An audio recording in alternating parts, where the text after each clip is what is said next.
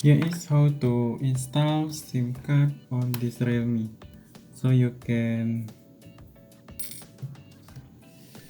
use SIM ejector like this, SIM ejector and SIM card.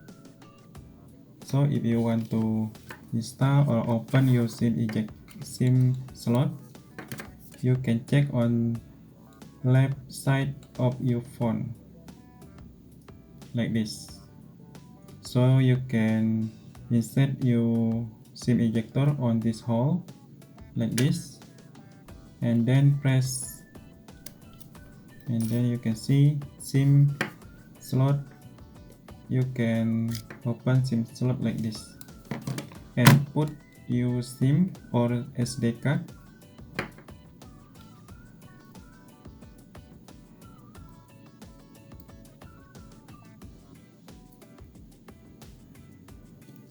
Like this, and then insert again.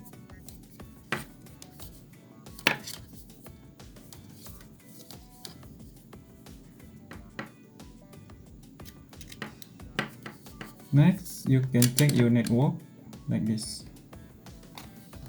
Very easy. Thank you for watching my video.